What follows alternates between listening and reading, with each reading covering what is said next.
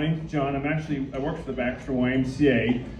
So I met Bill back in 1998. I was working for the YMCA in Bloomington, Monroe County Y. I went to American College of Sports Medicine Conference in Austin, Texas. So I drive up to the Indianapolis airport, and I'm in the terminal waiting for the flight. And I see this gentleman right here. He had something about the YMCA. He had something identified with the Y. So I said, "Hey, are you with the Y?" He said, "Yeah, I'm with the Baxter Y. I'm a personal trainer." That's how I first met him, was at the terminal in Indianapolis. So we kind of connected right there. We ended up rooming together in the conference in Austin, Texas. And so he told me his story. Back then he was probably, I'm almost his age now back then, which is hard to believe. I think you were about 57. So he tells me he worked for Lilly, and he's retired. I'm like, "Retired already? You're retired?" He goes, "Yeah, I'm working as a trainer for the Baxter Y, and I teach classes." So I thought this was pretty fascinating because he was very unique, his personality, and I never met anybody quite like him. So we bonded there because of health and fitness. So we attended the conference. And I just remember being at the conference, and somehow Bill had a way with, I think this was brought with women. And, I'll say this, so these kind of conferences, they're health and fitness related, so a lot of young women, a lot of athletic women attend these kind of conferences. Can I say this, baby? And so, and they were very enthralled with Bill. And I'm like, we're going out to dinner, or we're going somewhere, and all of a sudden we have 3 or 4 or 5 of these young ladies with us now, and talking to Bill, and he's entertaining them, and all. I'm like, wow, this is. I was married at the time. Nothing happened, David. So we're just. Anyway, I just thought that was pretty unique because and I thought he was old back then. He was like 30 or 31. So it's not old, Bill. So now I'm your age then. So yeah. So we really connected at the conference, and so the next conference was in New Orleans. It was the same conference. I think maybe 4 years later. So I called Bill up. I called the Baxter number. He gave me his number.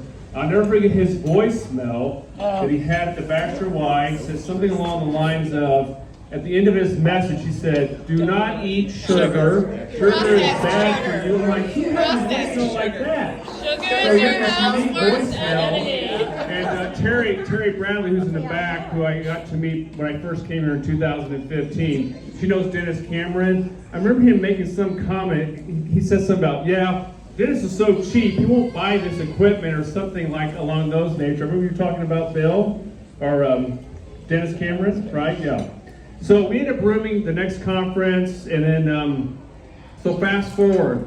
So 2015, I applied for the executive job here at the Baxter YMCA, and Terry remembers this story. So I'm going through the interview process, and they have us broken up with 3 candidates, and we're in different parts of the building for the interview. So for some reason, they moved us down to the preschool room in the lower level in one of the classrooms. So I'm with, my back is to the door. It's Terry Bradley, Mary Overstreet, Annette, and a handful of other seasoned Baxter staff, and they're really grilling me as the potential candidate. And then some guy's knocking on the window, making comments and saying, hire this guy. And Terry's looking, going, "Hey, that's Bill." I turn around, it's Bill.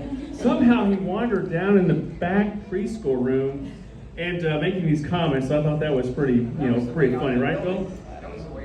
It was way out the building. It's kind of out of the way. So somehow he wandered his way down there. So he was somehow advocating. Terry, I'm not sure if that worked or not. Did it work?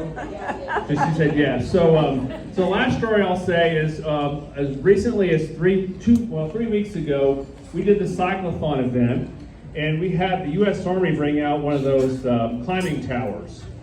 And the next thing I know, Pavey decides that she's going to go ahead and climb it first, which she did. I think you got close to the top. And then I think Bill made some comment that he wasn't going to be outdone by you, right? Is that right? So they harness him up. He climbs all the way to the top, right? Bill, 880, almost all the way to the top. Very impressive. So about a week later, I'm up in the wellness center, and one of the recruiters who set the tower up said something. He said, "Hey, we were really impressed. That 80-year-old guy made it all the way to the top." I said, "Yeah, that was Bill Blanchard. He actually, I've known him quite some time." And Bill had retired from the Baxter Y, and then about a year later, or a year ago, Bill, I said, hey Bill, would you come back to work? I really need you to work on the equipment. Somehow I convinced him to do it. So he is now back on staff. I'm really pleased to have him back on staff working on our equipment. So Bill's just a great health and wellness advocate. He's encouraged a lot of people going back to the fitness side, which I really appreciate. So Bill's a great role model at our Baxter Y. I'm just pleased to know him, and I'm pleased to have him at the Baxter YMCA. Bill? Thank you, John. Also, just to remind you, I said no gifts, but if anybody wants to make a donation to the Baxter YMCA, place that Bill loves, and he lives in there when he's not at home. So here's some envelopes if you're interested. Okay, Emma, you want to go next? And then Marcus? Okay.